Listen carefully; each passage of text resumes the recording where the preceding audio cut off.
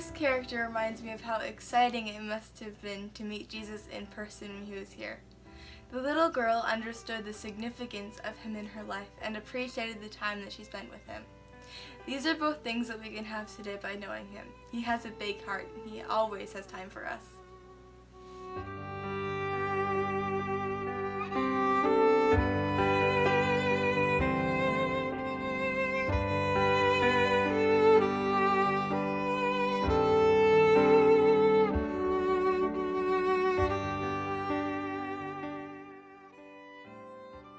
I want to share with you something exciting that took place in my life when I was 8 summers old.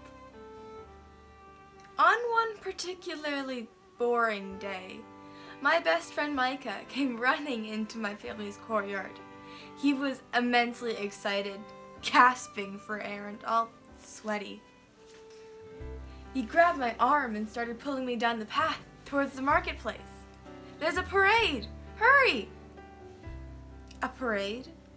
The only other time I had seen a parade was 2 summers ago, when the Roman pontiff was coming through the village. There had been much planning and everyone had to attend to show respect and loyalty, but the parade wasn't as exciting as Micah claimed this one was. That one was really very boring and a bit somber. There had been a lot of polite hand clapping and a few shouts, but even as we raced closer, I could feel the excitement at this parade, and the cheering, Hosanna, and laughter, and much ado. The last parade I had attended, the pontiff, was in a grand chariot with armed guards on horseback, looking fierce and official. But this man was riding on a donkey, a small, very slow beast of burden, as my papa called them. My friend and I looked for something to wave like everyone else to honor him, but like everyone else, we had to grab a palm branch from a low-lying tree nearby. As his parade passed by us, I recognized this man, Jesus. I met him before, almost a year ago. A teacher had been in our countryside near my home. I remember it had been a rather discouraging day for me. You see, I was the youngest of 5 children in the family. Mama was overwhelmed and overworked, and I always seemed to be underfoot. That day, she had shooed me from the house and told me not to come back until the evening meal.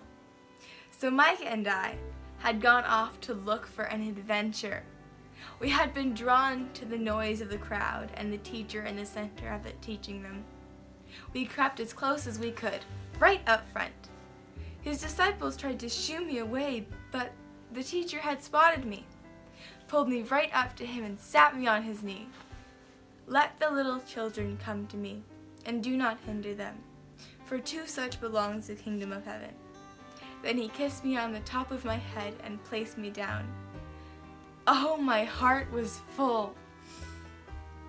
I had never been made to feel so special before.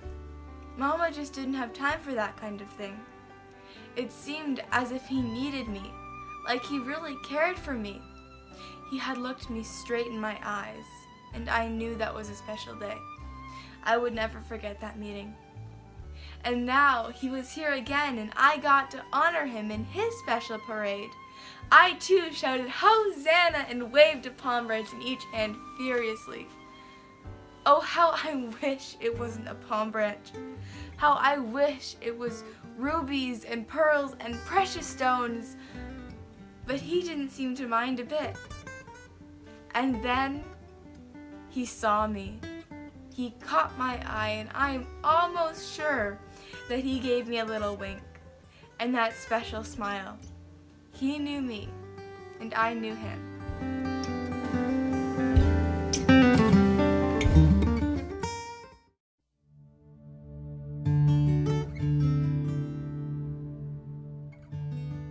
Malchus's name might not be the first one that comes to mind in the Easter story, but certainly the story in the garden is very familiar.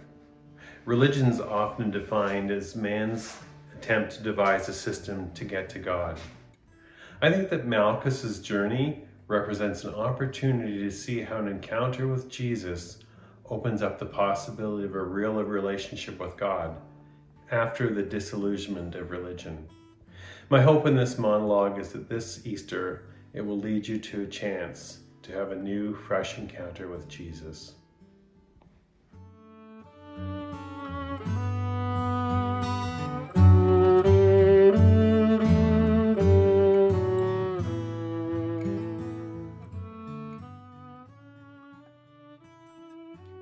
I was there that night in the garden.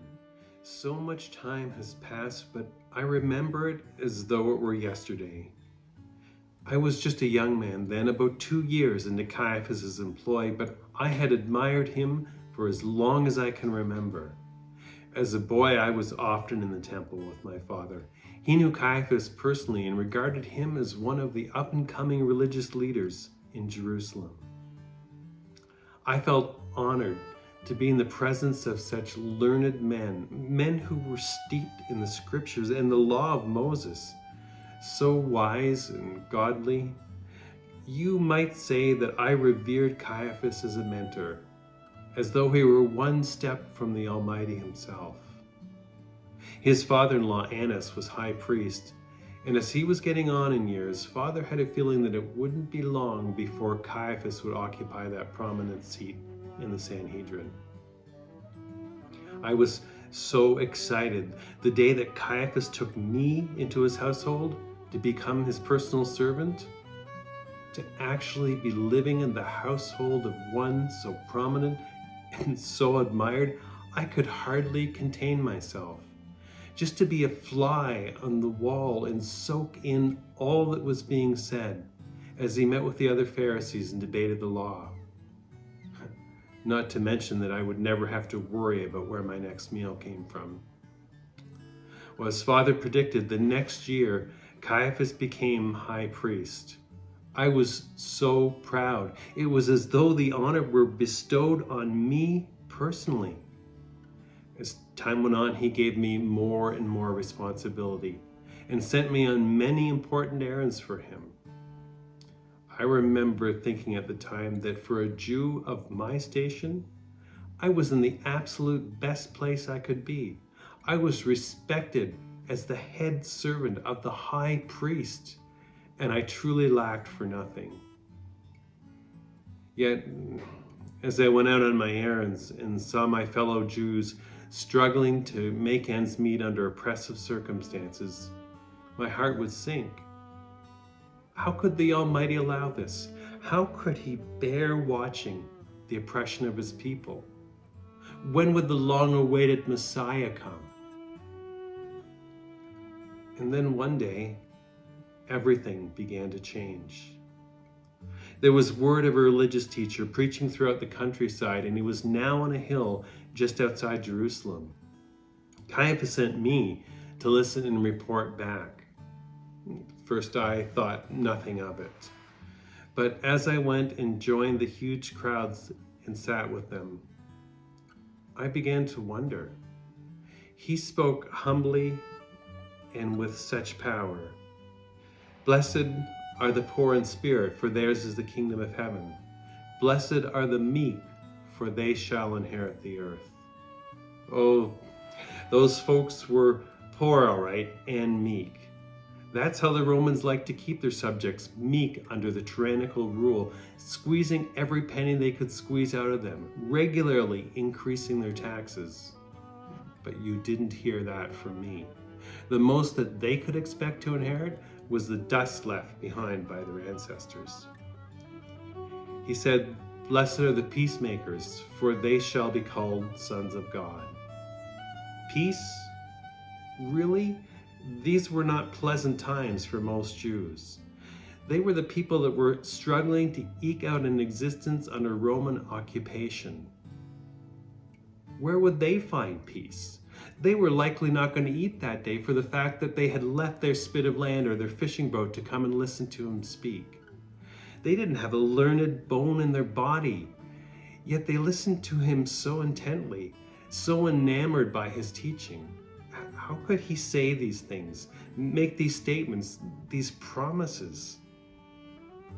Who was this man? He continued and said, "Blessed are the merciful, for they shall be shown mercy. Blessed are the pure of heart, for they shall see God." I had to admit, as I listened to him speaking with such authority, that I was becoming caught up in it. What was I to do? How was I to report back? This man was harmless. His words were encouraging, soothing to his people, giving them hope. As I reported back to Caiaphas, he became quite agitated. He wanted to know everything that this Jesus, that was the teacher's name, was saying. And it became my responsibility to know his whereabouts and what he was saying to the people.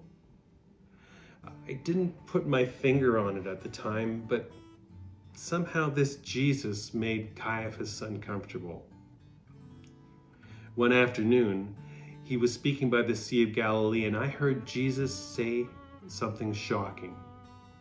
He said, "It is not Moses who has given you the true bread from heaven, but it is my Father who gives you the true bread from heaven.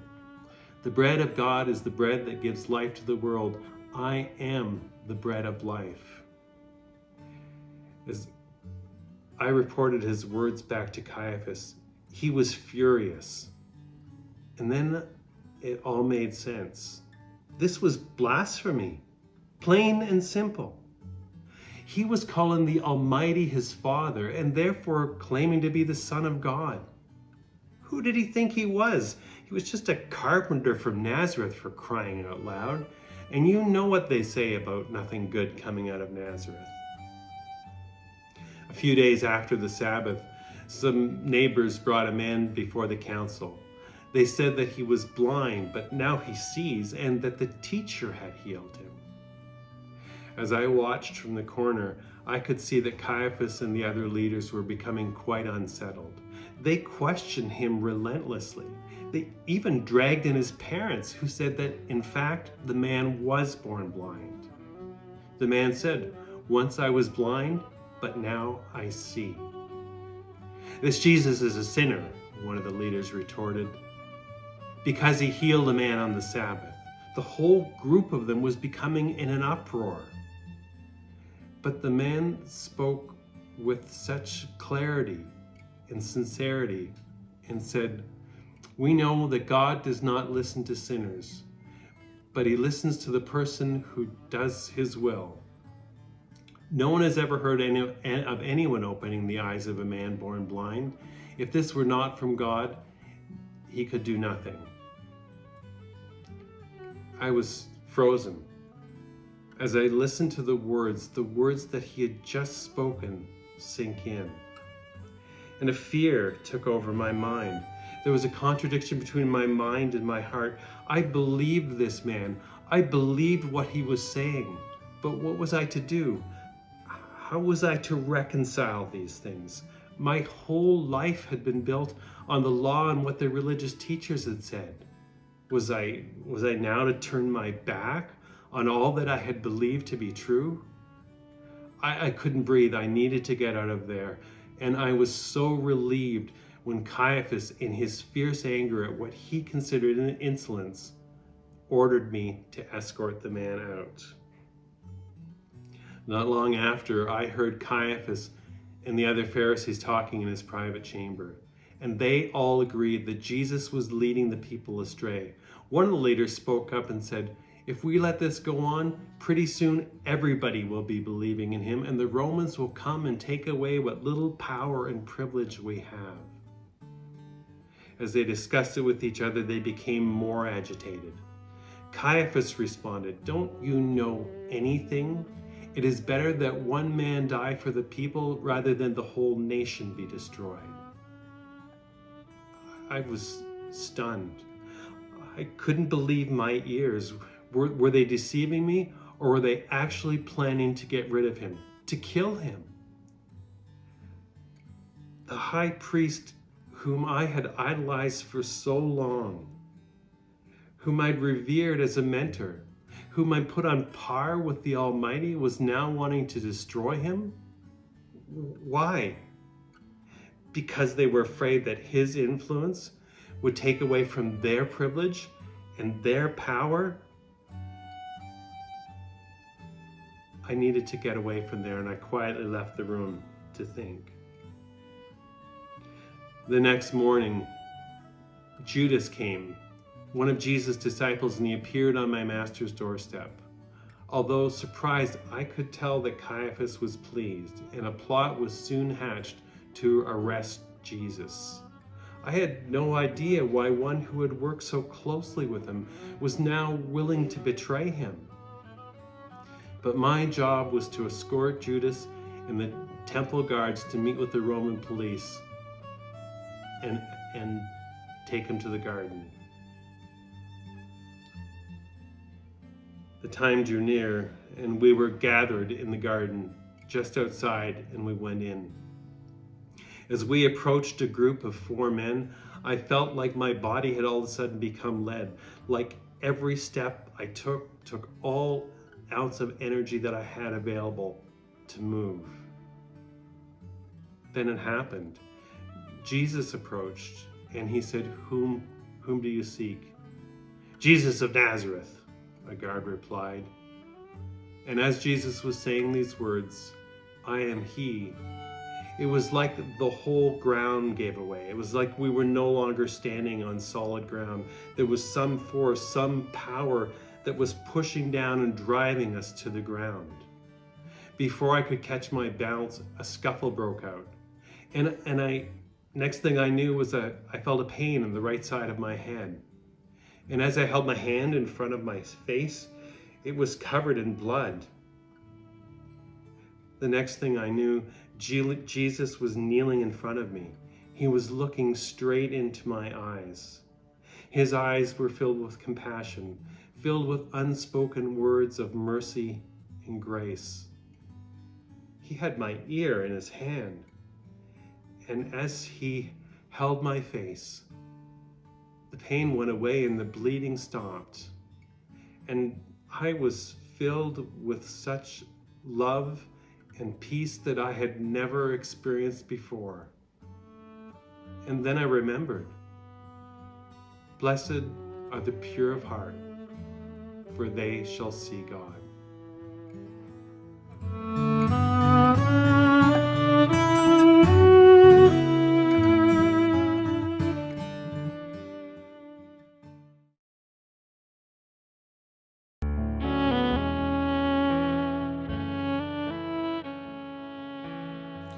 As I first read this piece, I was instantly intrigued by the struggle of Jewish life and marriage under the oppression of Roman rule. A husband who had had enough and was willing to fight back at all costs, and a wife who was terrified to lose her provider and the father of her children.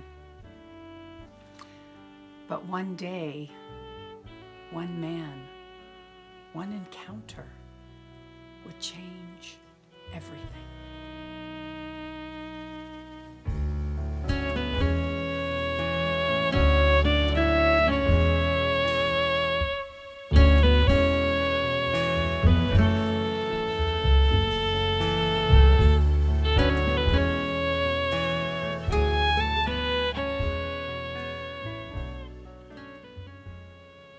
The soldiers came for him at night. For months, my husband had been hiding in the shadows, preaching to anyone who would listen that the Romans' rule over us must be stopped. Their oppression must be met with force. They were robbing us to line their own pockets. So he stole back from them. Charge 1, banditry, punishable by imprisonment. Then one night, he had not expected the old Romans to fight back. Killing for the cause became easy. The man I once knew as my husband had now become the movement. My Barabbas was no more. Charge 2, murder. punishable by beheading. After that, time for me became a blur. People always at my home, whispering in the dark.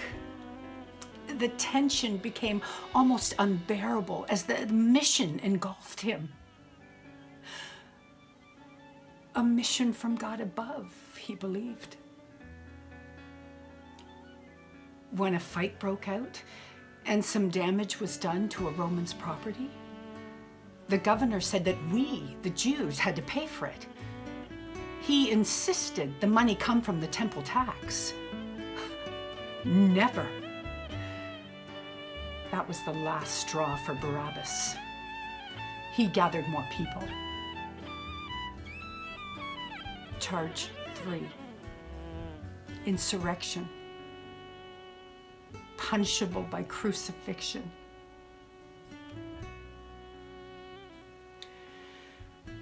That night they came for him. He had run home after the riot. He knew they were coming. He was ready to go. How many had he killed? Did they get the message? Nothing scared Barabbas. He didn't even look back as they took him. So he was thrown in prison. Yes. Nothing scared Barabbas. But I was terrified. I knew what crucifixion meant.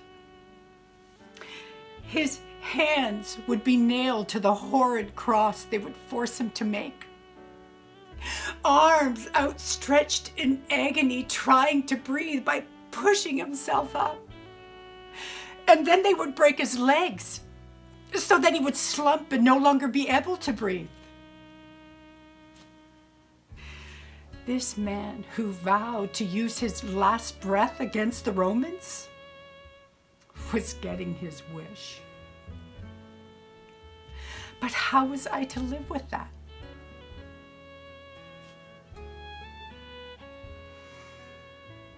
Then came the day. The impossible happened. I was at the table preparing the Passover meal. My neighbor Dibri ran in a fit. Run to the praetorium. Pilate is bringing Barabbas out. Run, I'll stay here with your babies. Hurry. So run I did. I could hear the soldier stating Barabbas's charges as I got there. Guilty of mob violence, guilty of murder, guilty of insurrection against Rome. I pushed forward as best as I could until I saw him there. Nearly naked, standing before Pilate and that awful crowd. He was so thin, bloody, filthy, confused. I tried so hard to get his attention, just to let him know I was there. But he just kept staring to his right, to this other man they brought out. The crowd was yelling, "Crucify him! Crucify him!" I had not expected it to happen that day. My heart was pounding. My body was weak. I was sobbing, but I couldn't even hear myself cry over the din of the crowd.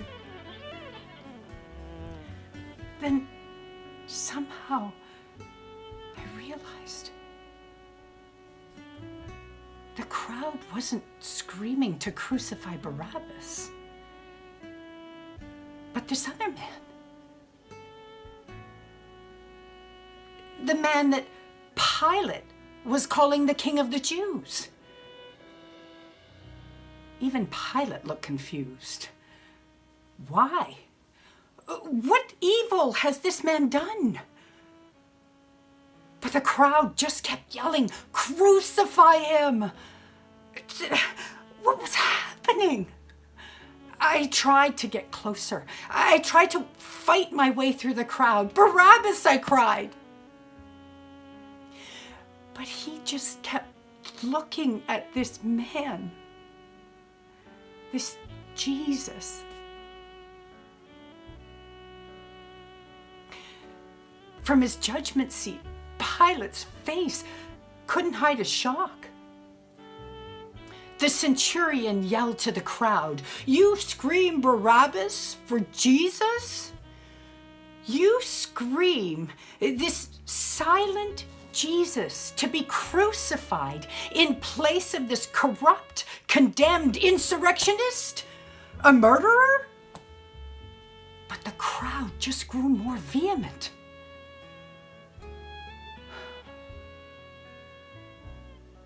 Eventually, Pilate relented. He forfeited Barabbas for Jesus. A Passover pardon, he called it. The soldiers unchained Barabbas and threw him to the feet of the crowd. Finally, I got to him on the ground, kissing his bloody face through my tears, not caring that he resisted me.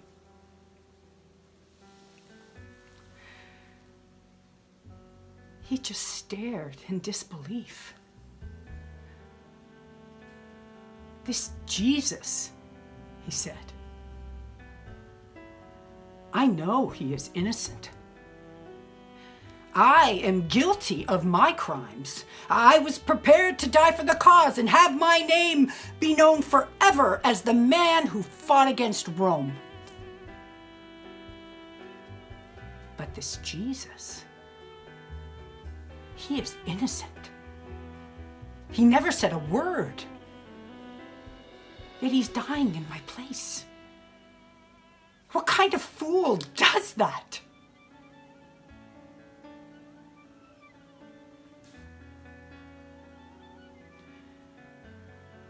I did not understand this. I did not care. My husband was free to live, free to look after me and his children. The crowd that cheered for his release soon forgot about him. I begged Barabbas to come home, but he simply said no. I must see him. I must follow him.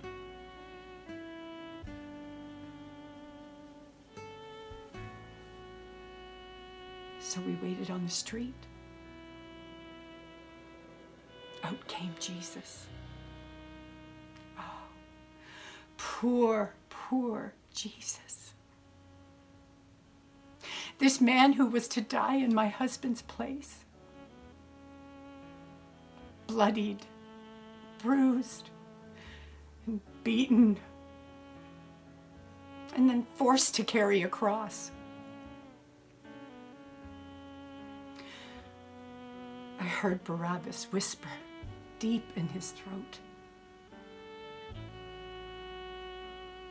"That could be the cross they had me make."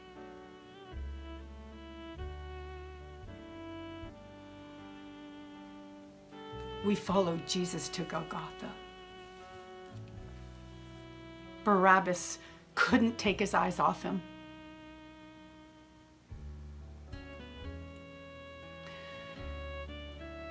As Jesus hung there, having refused the wine mixed with gall that would offer some relief from the pain, he endured the ridicule and hate, taking it all in silence. Why? Why? If he were the Son of God, as they said he was, Couldn't he have come down? Couldn't God have saved him?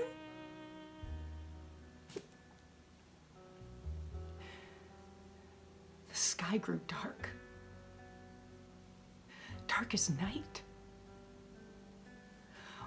What was happening?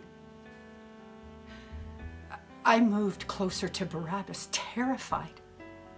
I wanted to run away, but had to stay. Then a cry. A piercing cry from this dying man. We heard him. We heard him cry. It is finished. And then silence.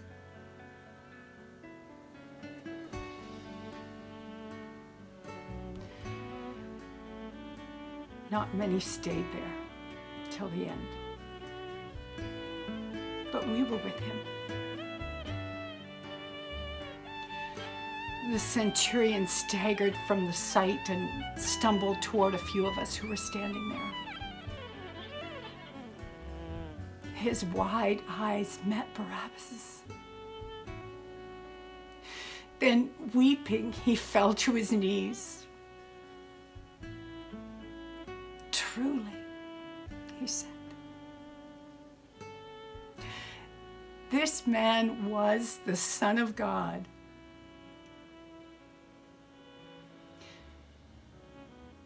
As if in slow motion, I watched as Barabbas knelt beside the centurion. I believe you, he said.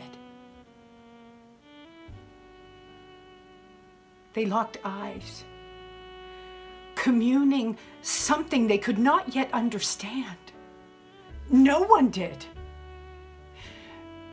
This Jesus died in my husband's place for my husband's sins.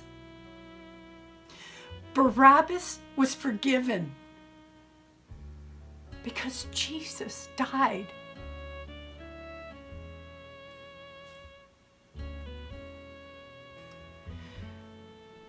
I stood there, hardly being able to comprehend what I was witnessing. In that moment, the insurrectionist was gone. The mission, gone. He turned to me and he grabbed my hand and pulled me close to him.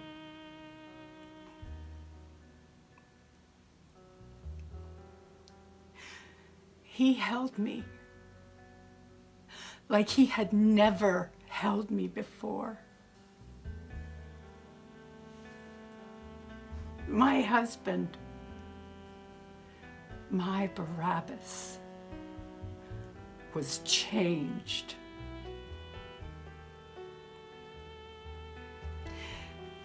As we turned to look back to Jesus, tears of desperate sorrow streamed down Barabbas's face. And he said, truly,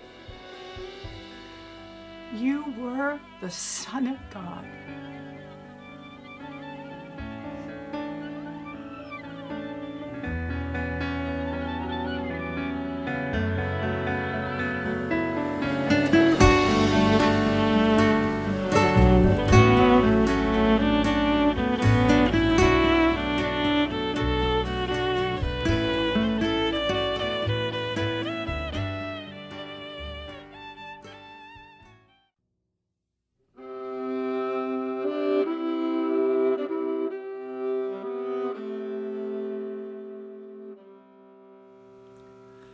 I was drawn to Pilate's wife because she experienced the biblical events of Easter firsthand.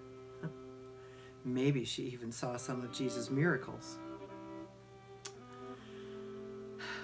We call her Procula.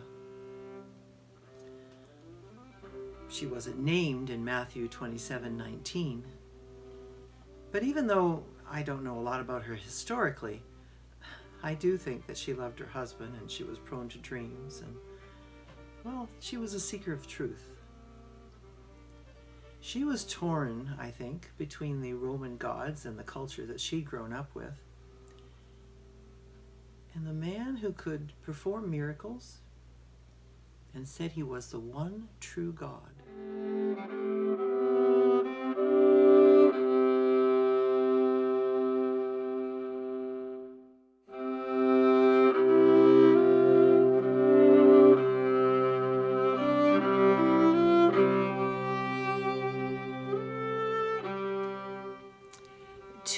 Into our time in Judea, my husband, His Excellency Prefect Pontius Pilate, and I went up to Jerusalem during the Jewish festival of Tabernacles. I had heard that there was a prophet in Jerusalem at the time, Jesus of Nazareth. Everyone who met him chanted, "Jesus of Nazareth! He is the Messiah of Israel. He has come." I wanted to go see him. But Pontius would have none of that. Second-rate prophets come to us only if we permit it. We never go to them. So I was forced to satisfy myself with eavesdropping on my servants. And what I heard was truly remarkable. Jesus had made a blind man to see. Well, of course, the religious leaders wanted to immediately discredit that.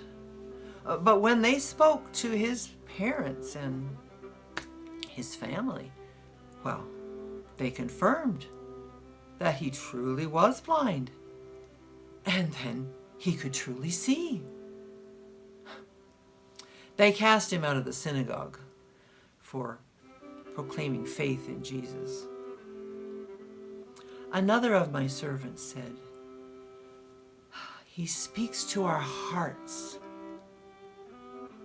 If any man is thirsty, let him come to me and drink. If any man believes in me, in his innermost being, he will bring forth rivers of living water."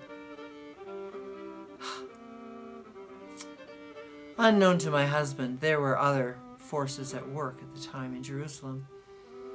The chief priests and elders were afraid that Jesus was winning away the ignorant multitudes and teaching against Jewish law. They excused their ugly jealousy by claiming that he had transgressed the law, making himself equal to God. They hid their faces as they plotted his death. At a garden called Gethsemane, Judas, one of Jesus' 12 disciples, betrayed his former master with a kiss. Jesus was brought before Annas, the former high priest, and then before Caiaphas, the current high priest, and eventually before the entire Sanhedrin. That's when my husband became involved, for only he could formally sentence and execute a condemned man. From my hiding place, I watched as Caiaphas and his minions brought a bound and bloody Jesus to Pilate on that fateful day. I could tell that Pontius was trying to understand Jesus. Do you not hear the many things they testify against you? Are you the king of the Jews? Your own nation has delivered you up to me. What have you done?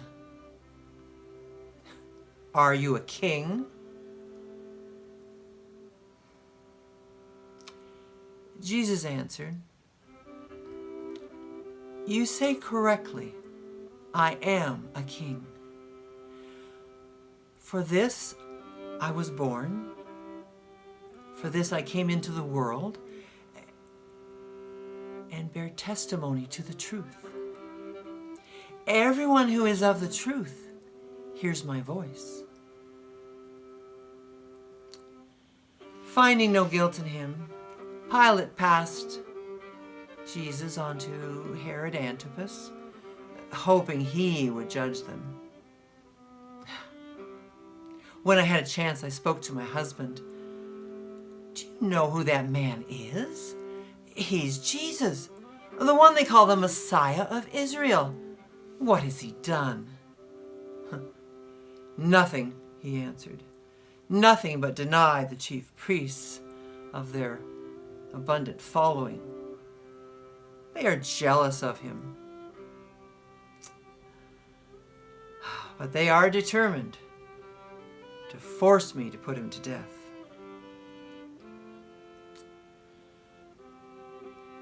Herod did return Jesus to Pilate, unjudged. My husband appeared calm. He was certain that the people would vie to have Jesus released at Passover, thus rendering the chief priests powerless. Somehow I was not so sure. And then I had a dream. Oh, the most troubling dream I had ever had. I lay drifting in a troubled sleep, calling out, not to the Roman gods, but to someone I did not know. My thoughts turned to Jesus.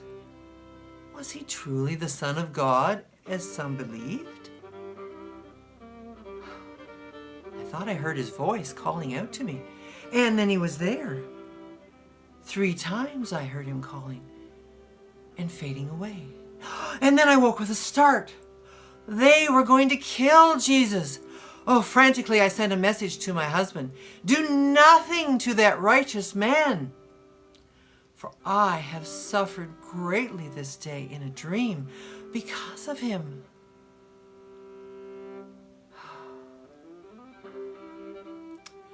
I had a dream, but there were greater forces at work.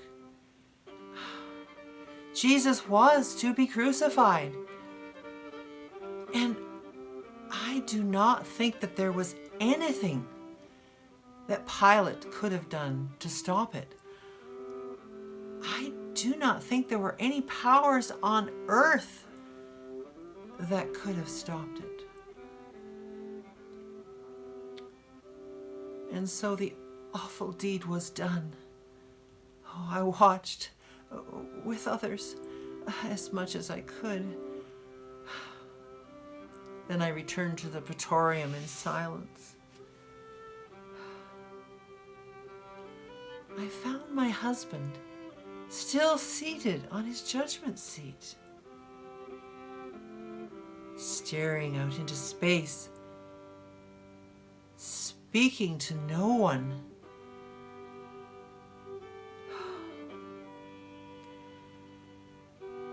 I have washed my hands before the multitude, and they bore witness to it. I have done nothing wrong.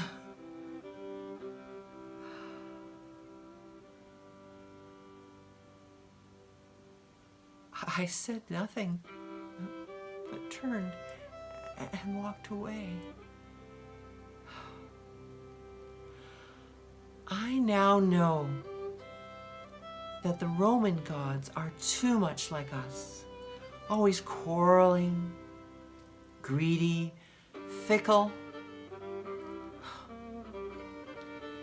They are a creation of our own corrupt minds. There is only one true God, and his nature transcends all things.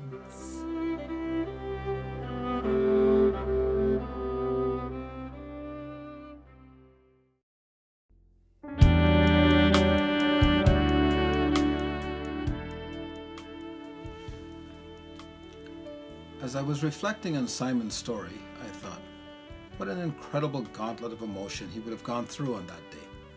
From the excitement as they traveled to Jerusalem to the devastating detour on their journey. They could never have known what was in store for them. So much more than they could have ever dreamed or imagined.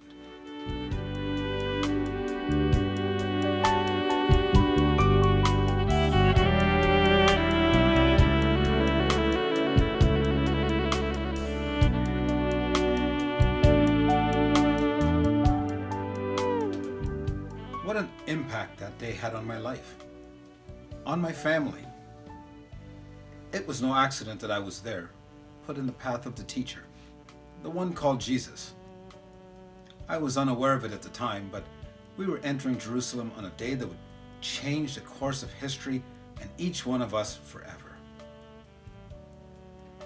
It was to be our first Passover in the Holy Land, and I must say, we were more than a little excited. Although I knew the journey from Cyrene would be long, the children were coming of age, and the dangers that could hinder our safe arrival didn't seem so menacing. I was confident Alexander and Rufus would be able to help defend the family and our humble sacrifice for the Almighty should we run into trouble. These were tumultuous times, especially for people like us. Even our Jewish brethren looked upon us as scum. The very color of our skin branded us foreigners. Many were in a bad way and did not know where their next meal was coming from. Bandits who would rob and pillage were not uncommon on the long stretches of dusty roads between towns, and we would make easy targets. But to worship Jehovah, the Almighty in his temple, was something Deborah and I had been promising the boys since they were small enough to bounce on my knee. The time had come to make good that promise, so we were willing to take the risk. As we traveled, we heard reports of a religious teacher who had been teaching throughout the Judean countryside and was to be in Jerusalem for the Passover. Some say the religious leaders were claiming he was a radical, just leading people astray. But others said that he was a wonderful teacher of God, that he spoke with such power and authority that he could be our long-awaited Messiah. Could this be possible? Our excitement grew. We were not far from the city when we noticed a large crowd lining the road. As we drew closer, I could see soldiers taunting and jeering a man that was carrying a cross, a Roman instrument of execution. This was a sight I recognized, a sight no one should have to see, let alone endure, no matter what crime they had committed. Someone was going to be crucified, nailed to a cross for all to see, to remind us, do not dare raise a hand against Rome, or this will be your fate. The tyrannical rule of the Romans was palpable, and we Jews, especially those of us who were looked upon as slaves, would do well to stay out of their way.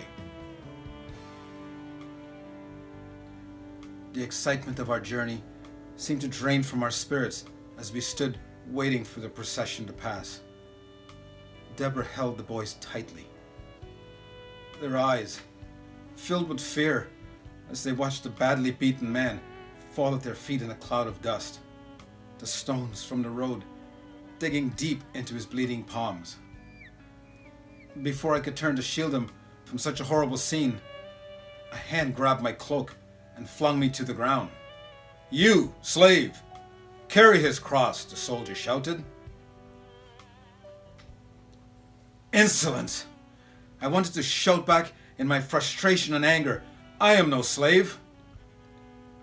But as I attempted to get back to my feet, the man's eyes met with mine. For a moment, time stood still. I could only see him. His body was ravaged, beaten practically beyond recognition. Yet his eyes were filled with compassion. Not pain, not fear, not anger. Just compassion. I couldn't look away from his gaze. It was as though it was penetrating my very soul. Everything became quiet. No yelling from the crowd, no callous remarks from the soldiers. Just peace. Indescribable peace. And in that moment, as we were face to face, I felt fully known, fully accepted, fully loved, like I had never known love before. How could this be? He didn't even know me. Who was this man? What had he done? The heavy blow of the Roman sandal in my side woke me from what seemed like a dream. This man was no criminal, I thought. And as I struggled to my feet, the soldier and his taunts no longer concerned me. I was consumed by this man and the beam that seemed to be crushing him under its weight. Suddenly, I had the strength of 10 men, and the heavy beam felt more like a twig as I swung it over my shoulders. The man slowly came to his feet and did his best to walk beside me. It pained me to see him struggle. Every step must have been torture in his state. But he just continued up the road. He was relentless, as though he was on a mission, and no amount of pain or suffering was going to stop him. I couldn't take my eyes off him. I was so focused on his every step, his every breath, as though there was some great investment in it for me. And I realized this was no ordinary man. This was no ordinary day.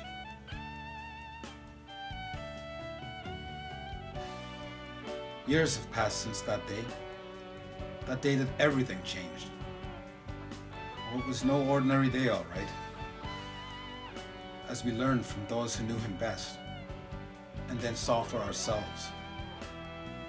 This was the teacher. This was Jesus. This was indeed our long-awaited Messiah.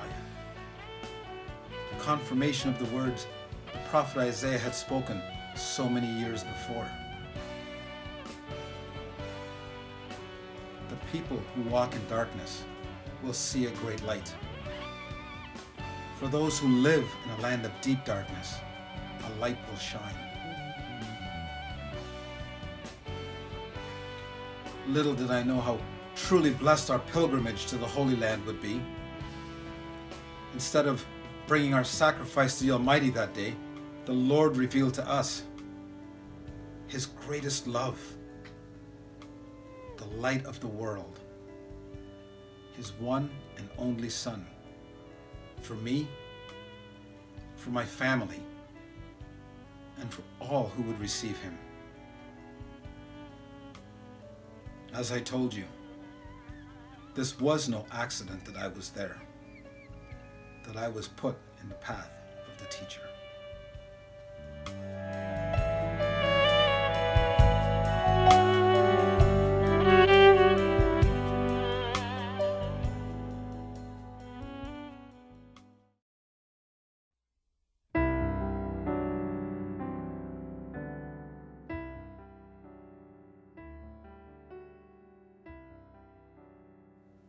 I love the story of Mary of Magdala. She was a woman who was rejected, despised, the worst of the worst, filled with demons. And yet, her life was changed because she met Jesus. I like to think if Mary was sitting here beside me, that this little song that I'm going to sing, this old hymn, old gospel hymn, would be one that would be her testimony, and she'd sing along. It goes like this. Living he loved me, dying he saved me, buried he carried my sins far away, rising he justified freely forever. One day he's coming, oh glorious day.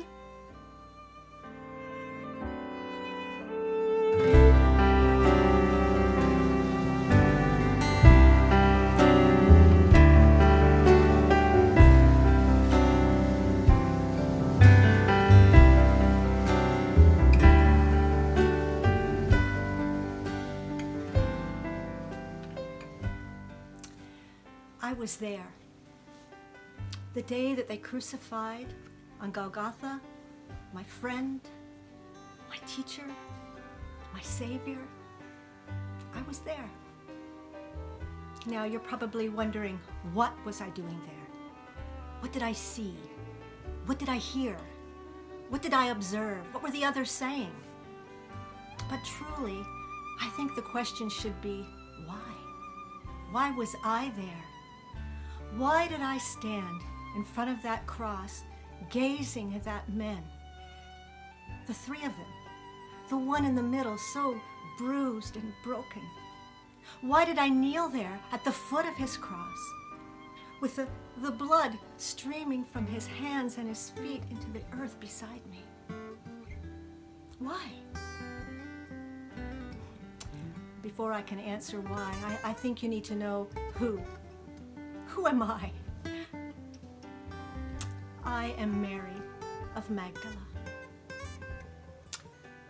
I wasn't like other women. I was different. I was a burden to my family because, you see, I could never marry. Who would have me? I was alone. I was rejected. I was despised. You see, I was filled with demon spirits. They say there were 7 of them. I don't know how many there were. I know there was one that constantly whispered in my ear and talked in my ear day and night. I know there was one that made me fill with rage and anger. Another one that would just laugh hysterically at nonsense and at the most inopportune times. Another one that would just cry and sob. And the one I'm most ashamed of, the one that would lure unsuspecting men to my home. Young men, old men, I didn't care. I just wanted somebody to love me. I had no friends. My family were ashamed of me. Little children on the street would spit at me and throw stones. Mothers would hide their children behind their cloaks if I came near and pull their husbands a little bit closer. It was a miserable life. And many times I thought about taking my own life. What did I have to live for? I was called the insane woman of Magdala, the crazy one. And then, one day, I met a man, Jesus. I can't tell you what he said to me that day, but I can tell you how he made me feel. He made me feel important. He made me feel needed. In that crowd that was following him, he saw me. I do remember one thing he said, one word, Mary. And the way he said it, my name, I'd never heard it said like that before. And when he said my name, Mary, I fell to the ground, to his feet. And it was as if I had come up out of a horrible, miry pit. Years were lifted off of my shoulders. I could breathe. I felt new. I did not hear those whispering in my ears anymore. I could think clearly. I knew right there and then I had nothing else to live for but him. I would follow him. I would go wherever he went. I would take care of his needs. I would give him my finances. I would give him my time. I would give him my life. And so I joined that little group of women and those 12 men that followed him everywhere, learning of him. Oh, how I loved him. Oh, and the things I saw. I was there the day that Jairus had his daughter, his 12-year-old daughter, raised from the dead. Oh, the Pharisees tried to tell us that's not what we saw. But that's exactly what we saw. I was there. I was there when the woman with the issue of blood for 12 years reached out and touched the hem of his robe and was instantly healed. She's part of our group. And how can I forget that day out in the countryside? Oh, 5,000, they say, but that's not counting the men or the women and children. That's just the men. 5,000 out there listening to Jesus preach and teach and tell us parables. And the day got away on us and it became nightfall, and Jesus was concerned about our bellies. He was concerned that we were going to be hungry before we went back home. And so he had those disciples scurrying around trying to scrounge up some food. Oh. They gathered up 5 measly buns and 2 fishes. And Jesus lifted it up to heaven and blessed it and fed all of us. Not only that, with 12 baskets left over, enough to feed possibly another 100. I was there when he raised his dear friend Lazarus from the grave. Lazarus had been there for 4 days. Jesus went to that grave, called out his name just as he had called my name, Lazarus, come forth. And out he stumbled, looking very confused, I might say. And Jesus hugged him, and we all rejoiced. And there was no stink of death on him. I saw blind have scales lifted from their eyes. I saw deaf have plugs taken out of their ears. I saw lepers completely healed with one touch, and you are not allowed to touch a leper. It's against the law. I saw the lame have their legs strengthened. I saw so many things. He taught me so much. Oh, how I loved him. And then I was there that day. When he was crucified on that cross, I had just been to the parade earlier. And we had all shouted, Hosanna, Hosanna, Hosanna. And now here he was with the crowd. Crucify him, crucify him. And there he was, so young, naked, exposed, beaten, bloody, dying. I sat at the foot of the cross with my arm around his mother. She was sobbing. She could barely recognize her own son. And through her sobs, I saw her look up to heaven and say, why? He is your son. We have promises. Why is this happening? Why, indeed.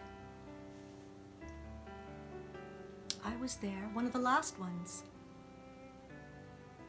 when he shouted, it is finished. Not, I am finished. Oh no, it is finished.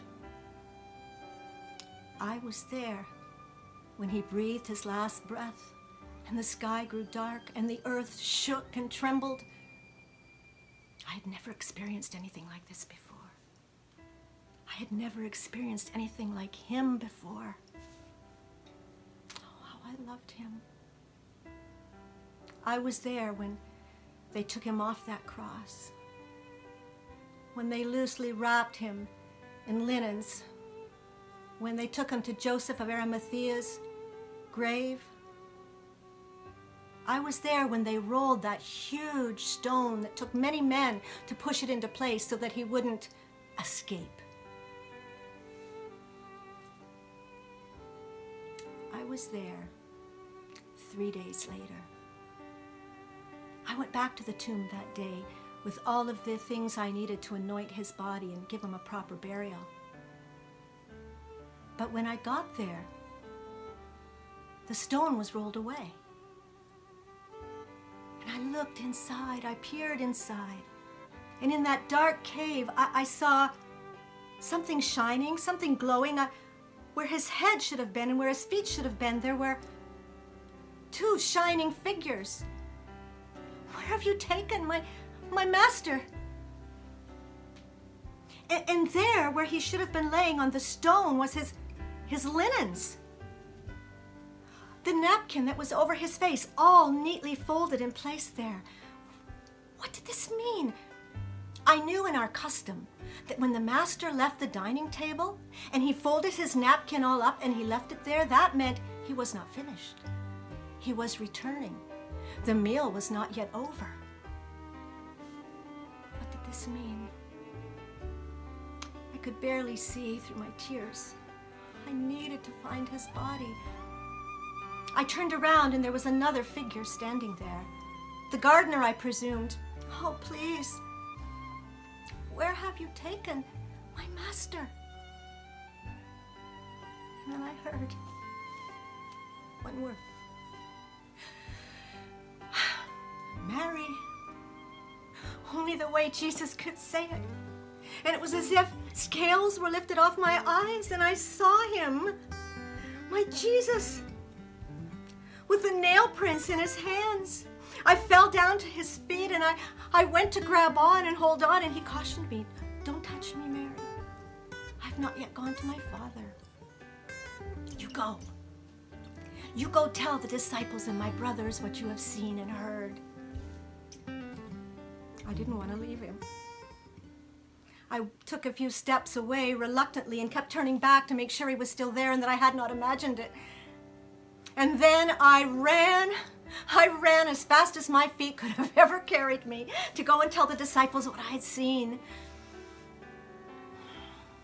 I was there. You say, why were you there? I was there from the very beginning to the very end. And I've come to realize that's because his end was just my beginning.